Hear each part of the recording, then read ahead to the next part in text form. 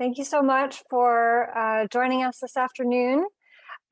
This is the sixth annual LitFest that I am delighted to welcome you all to. I'm Jennifer Acker. I'm the director of the festival and editor of the Common magazine. A couple of housekeeping things before we get started. I need to tell you that this event is being recorded, and the recording will be made available on the Amherst website in the next few days or so. I also want to note that the books by the LitFest authors who are appearing throughout the weekend are for sale from Amherst Books, which is our local independent bookseller. And if you are joining us from the webcast page, there should be a link to the book purchase page below the video image. And if you're joining us directly by Zoom, we can put that purchase page directly in the chat, which is already there. So if you've been thinking about a book by an author, please do buy it. For those of you who would like to take advantage of live closed captioning, if you go to the webcast page, amherst.edu/go/webcast, the captions will be appearing there during the event. Amherst is celebrating its bicentennial this year, which is very exciting. And there are a number of treats for book lovers, including 3 special bicentennial books and something called the Solidarity Book Project, which is a community-based expression of art and activism through books, which is the brainchild of Professor Sonia Clark. You can find out more and participate by clicking on the link to the bicentennial from the LitFest homepage. Finally, I want to thank President Biddy Martin for supporting LitFest from the beginning and being such a lover and promoter of literature at Amherst, and also my wonderful colleagues on the LitFest Planning Committee. And so this year, for the first time, I'm delighted that LitFest will offer the opportunity to get a taste of not only creative writing by authors who have published books and are renowned for their works already, but we're going to hear from the next generation of critically acclaimed writers, which is Amherst brilliant students. All of today's readers are either current or former interns at the Common. We're going to begin with Isabel Meyers, who is actually not a student anymore, graduate. She graduated last year. Izzy is the Common's inaugural Literary Editorial Fellow, and we'll begin with her in 1 second. At the end of the event, I hope that you will stick around for the next event by Amherst brilliant alumni authors. We'll have a quick break in between the 2 events, so you can grab yourself a drink and then come back at 5 for our cocktail hour reading. So without further ado, we will move right on to Izzy Myers. Hi everyone, I'm Izzy. I'm, as Jen said, the Literary Editorial Fellow this year, graduated last spring. And today I'll be reading from the beginning of my creative thesis, Something Else You Should Know, which is a historical fiction novella interspersed with bits of memoir. On coincidences. On my grandfather's last birthday, my parents saw my face for the first time. It was in an envelope sent from the adoption agency containing a wallet-sized photo of me taken in a rural area of Hunan, China. My face is tiny and my body is wrapped in some sort of blanket, creating the illusion I'm just a head floating on a sea of fabric. According to my mom, Grandpa thought it was a good omen that they received the picture on that day, like there was some sort of connection between us, me coming into the family just as he was preparing to leave it. He must have known that he wouldn't get much time with me. This was after years of surgeries that worked surprisingly well, chemo that worked surprisingly poorly, and countless trips in and out of rehabilitation centers. My mother always told me how happy I made him the first few times we were together, and how glad he was to stick around long enough for 3 photos to be snapped of me sitting on his lap, the only ones that prove we met. Chapter 1. Walter was sitting in the rocking chair, gently smoking a cigarette and flicking through a manuscript when he heard the shuffling of beat-up Oxfords. When Stanley walked in, he tossed the pages to the floor, where they fluttered among dozens of other marked up papers. Along with being on the short side, Stanley had shoulders that drooped when he stood, creating the illusion that he was older than his 32 years.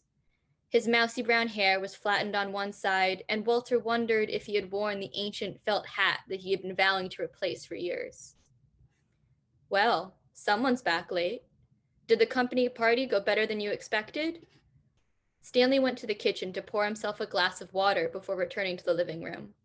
It was fine. You can't seriously expect me to believe it lasted until, Walter checked his wristwatch, 2 o'clock in the morning? I walked around the city a little. Why are you still up? What could possibly be going so wrong for Dick and Jane? Stanley said irritably. Walter's smile faded. Nothing. I just got some feedback from the author of the farm animal book. He wants to change the sheep character to be a pig now, even after I explained to him the cover art's already done. And what about your book? The one you started working on, Stanley hesitated, during that blizzard last winter. Walter swallowed. It had happened again. One of them had gotten sloppy late at night and dug up a memory from before. It had been over a month since he had sat Stanley down at an empty cafe in the East Village to tell him they were over. And even now, as leaves began to fall onto the grimy city sidewalks, neither could quite bring himself to look the other in the eye. New York waited for no man to emotionally or financially resolve a 2-year-long relationship, and certainly would not provide a reasonably priced apartment for one to move into. So they continued to cordially wish each other good day in the morning, cooking separate dinners in the same kitchen and having these strangely intense nightly talks. Thank you. The next reader is going to be our Thomas E. Wood Fellow, Elly. Thanks so much, Izzy. That was wonderful. Hi, everyone. My name's Elly. Like Izzy said, I'm the Thomas E. Wood 61 Fellow here at the Common. I'm going to be reading, I'm going to be reading from my thesis, which is a speculative fiction novella. What you need to know as context for this scene is that it takes place at a high school diving tournament, and the whole novella is set in a world where mental illness and mental anguish and trauma also manifests physically. The next girl was climbing up to the short ladder leading to the board. I could see her hands gripping the bars as she rose. But then a coach walked up and said something to her. She climbed back down. The crowd started to murmur. It took me a moment to realize what was happening, but then the coach pointed at the water and it hit me. The last girl still hadn't gotten out of the pool. I stepped closer to the fence and scanned the surface of the water. There was a shape turning beneath the bright blue. She was moving, but not swimming. What was going on? What was happening? The lifeguard jumped in. He cut through the water with swift, powerful strokes. The noise from the crowd grew from murmurs to shouts. A few of the divers walked up to the edge of the pool and stared in. I wondered if the girl's parents were there. The lifeguard's head ducked beneath the water. All I could see were 2 thrashing shapes. An alarm went off on my phone. The bus was leaving in 5. I ignored it. Splash. The lifeguard's head and shoulders broke the surface. He was clutching something to his torso, something that was writhing and screaming. The girl. But her skin had turned dark blue. The noises coming from her didn't sound human. There were low-pitched shrieks and snarls, gravelly like an old dog's growl. And when she jerked to the side, I saw something sticking out from the side of her neck. I couldn't see from where I was at, but a kid in the crowd in front of me could. Are those gills? He asked the guy next to him. The answer was drowned out by a splash as she fell back into the water. She sped away from the lifeguard, a dark shape coursing from one side of the pool to the other. The lifeguard was a tall, muscular man, and from the precision of his strokes, it was obvious he knew what he was doing. But he couldn't catch her. She was too fast and too agile. She slipped around him whenever he tried to grab her. This went on for about a minute, and then a coach jumped in, fully clothed. It took a while, but with the 2 of them working together, they managed to corner her. When they grabbed her, she screeched so loud I could hear it above the water. I shivered. It was worse when they hauled her out. She wouldn't stop screaming. The sound wasn't human, but it was clearly the high, shrill noise of someone in pain. As she thrashed in their arms, I saw webbing between her fingers. Her scales glistened in the fading light while they pulled her away. Thanks, and next up is going to be Whitney Bruno. Thank you, Elly. Hi, I'm Whitney. I am a senior and I'm going to be reading a brief excerpt from my thesis. It's a short story collection that's loosely based off my father and his siblings' stories of immigrating to the US from a small Caribbean island called St. Croix. And so the story that I'm reading from follows James, who's the eldest sibling. He's a college student settling into a Massachusetts private school. So I'll go ahead and read from that. A capitalist economy, James is answering.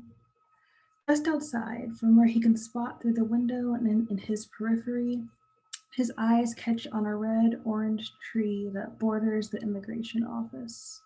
He tracks the gentle, steady movement of a leaf that's brought away with the breeze. Then he realizes he's distracted, even if for just half a second he might have missed what she'd said, and immediately jolts his attention back to the blonde USCIS official who sits at the desk across from him. Her bob moves as she turns to type on her desktop, her fingernails clicking with precision on each clunky key. Good, good, Margaret, according to her name tag, says. Over the brim of her horn-rimmed glasses, Margaret asks him about United States territories and then about the Revolutionary War. James sweats through both answers, his hands practically numb from where they're anxiously tucked beneath his thighs. As the only one of his siblings who'd been born outside of the US territory of St. Croix, when he was a toddler, his parents had upended their quaint lives in Dominica for better opportunities. The naturalization process has been something he's extensively dreaded in a way the rest of his immediate family doesn't have to. He wonders if Margaret can sense his nervousness now, or if, perhaps, he's reading too much into her rigorous command of her own desk space. Sounding especially bored, she asks after another moment, what movement tried to end racial discrimination in this country? Tried to, he thinks wildly. He nearly bites his tongue. The civil rights movement. Margaret gives an affirmative hum. Her keyboard makes more clicking noises. And what is one promise you will make when you finally become a US citizen? To give up loyalty to other countries, he replies. The proper responses from the printout study guide he'd labored over for hours in his dorm just regurgitate out of him like nothing. He doesn't even have to think about them. He just wants to be right. To be loyal to the United States. That's excellent. She smiles a little then, essentially the first real semblance of emotion she's shown throughout the whole interview. The fluorescent office lights above her cast dark shadows on her pale face. He tries not to fixate too much on them. And here's the last one, Margaret announces, turning back to him with her meticulously manicured hands clasped. The idea of self-government is in the first 3 words of the Constitution. What are those words? A draft gradually sifts through the small room. As though he is outside of his own body, James is suddenly watching himself form the beginnings of the words, watching his lips wrap around the shapes of them, from someplace else, from someplace far away from the USCIS office, from across the Atlantic Ocean in a different world. Thank you. And next up will be Sofia.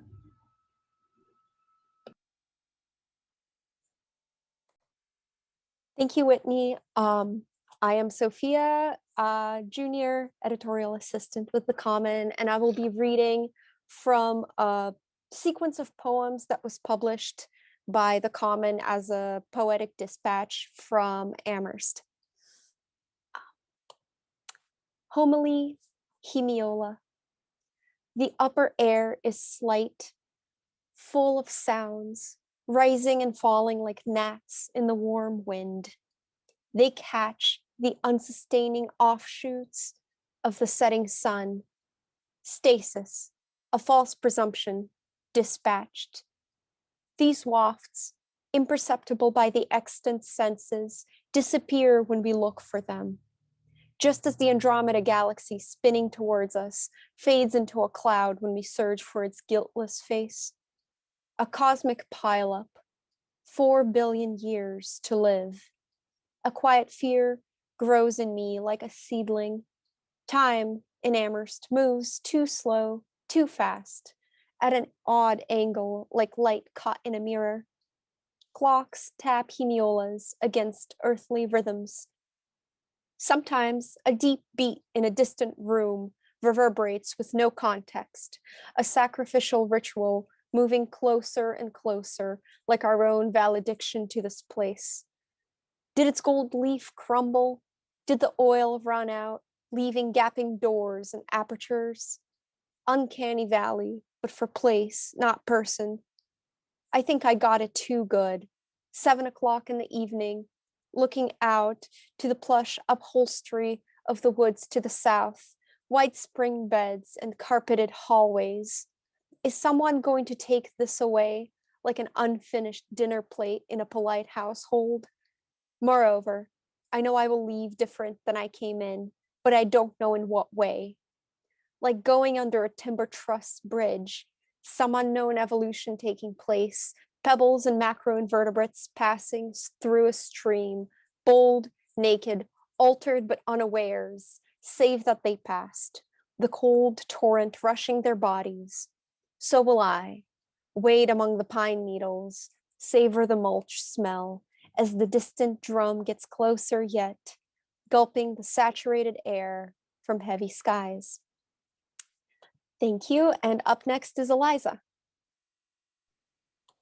Hi, everyone. I'm going to be reading from an essay that I published. I'm a junior and an editorial assistant at the Common.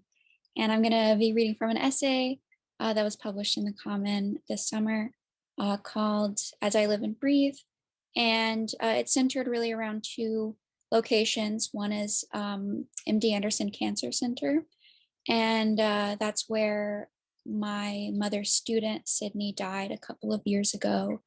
And the Houston Holocaust Museum, which is a really personally sacred place for me. I passed by H.A. Jim's garden monument towards a newer exhibit, a gallery housing dozens of paintings by Samuel Bach, one of the many Holocaust survivors who settled in Houston after the war. I'd forgotten how many of his paintings are about childhood. It is obvious how deeply the intensity of Bach's own childhood experiences of death affected his work, animating paintings of young boys in various states of precarity. My favorite is a piece titled Studied for a Decca. It depicts Isaac collecting the wood he will be bound to, the Adeka, the binding, by his father, Abraham, before he is to be burned as a sacrifice to God. A masked symbol of death embraces Isaac from behind as a ladder rises toward the sky. This is Isaac's education, his study. He too learns best when he is held by death. On my way out, I stopped by the theater. On screen is a Houston survivor I'd seen speak before. Mercy, she said, is protecting someone's ability to live and die on their own terms. Violence is depriving someone of that right. I've no doubt that Sydney died with as much mercy as possible under the circumstances. MDA has wonderful counselors and spiritual advisors. Her family screened messages those final months, filtering out the ones asking her to keep fighting, to be strong. They gave her a safe place to rest. I do wonder, though, how much mercy any of us are allowed in this oil city where free particles of benzene, an extremely carcinogenic compound, hang in the air like the bullets of angelic warfare, where cancer lived chemically in the early thrum of oil and industry before civilization did, where denial exists under the guise of righteousness or of care, monuments to this righteousness standing steepled and gleaming on every other street corner, where there is still no listed support group for the terminally ill at the nation's premier cancer center. I tell my mom about the subject of this essay while we sit on our apartment balcony, looking out over the Exxon plant that built our town. She takes a deep breath. It was really hard after the funeral, she said. There was no one at home who knew Sydney, no one to talk to about her death, and I needed to talk about it. When a young person dies, you can't take anything for granted anymore. It reminds you that people do bury their children. I know this is an ultimate fear of hers, being a mother of 4. She said before that if any of us were to die, you might as well bury her too. But if my mom gets her way, that means that one day I'll have to bury her, a thought that I don't like to entertain.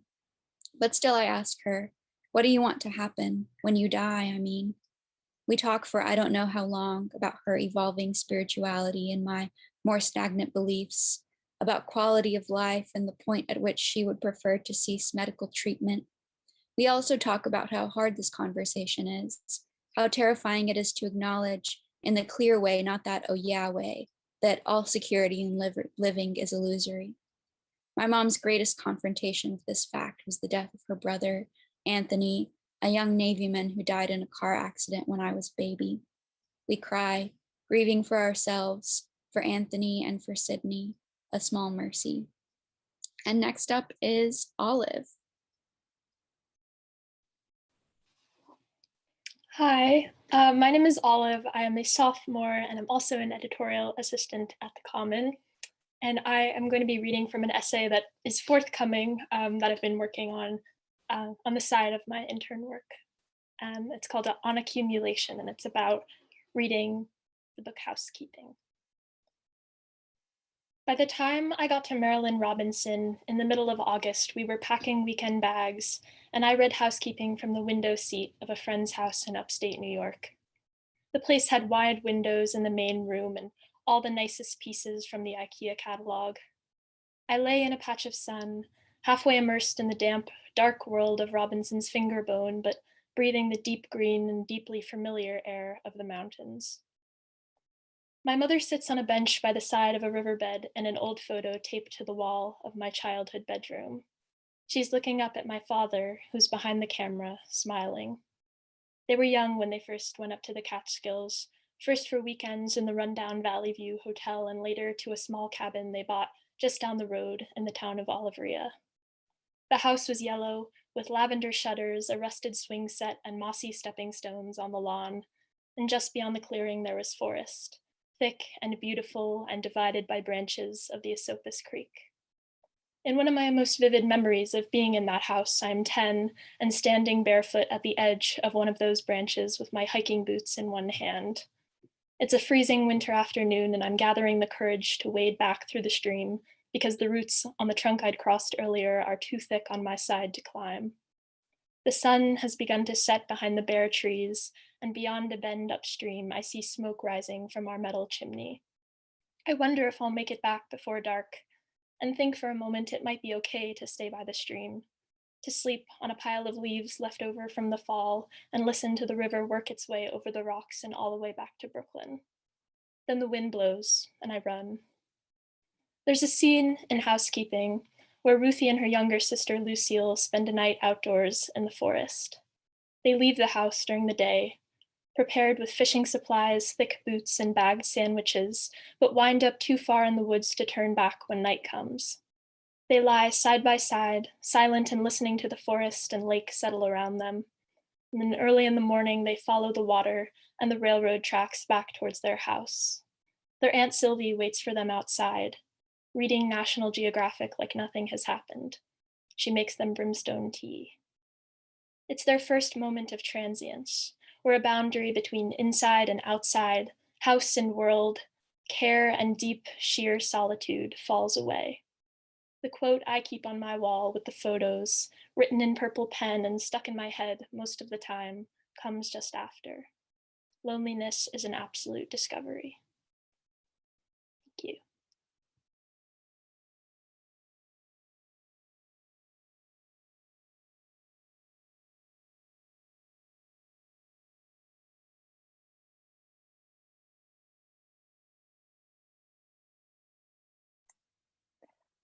Sorry, little trouble unmuting there. Thank you, everyone. Let's just thank all of our students for reading. One more round of virtual applause for all of our wonderful interns. It's such a pleasure to hear the things that they've been working on.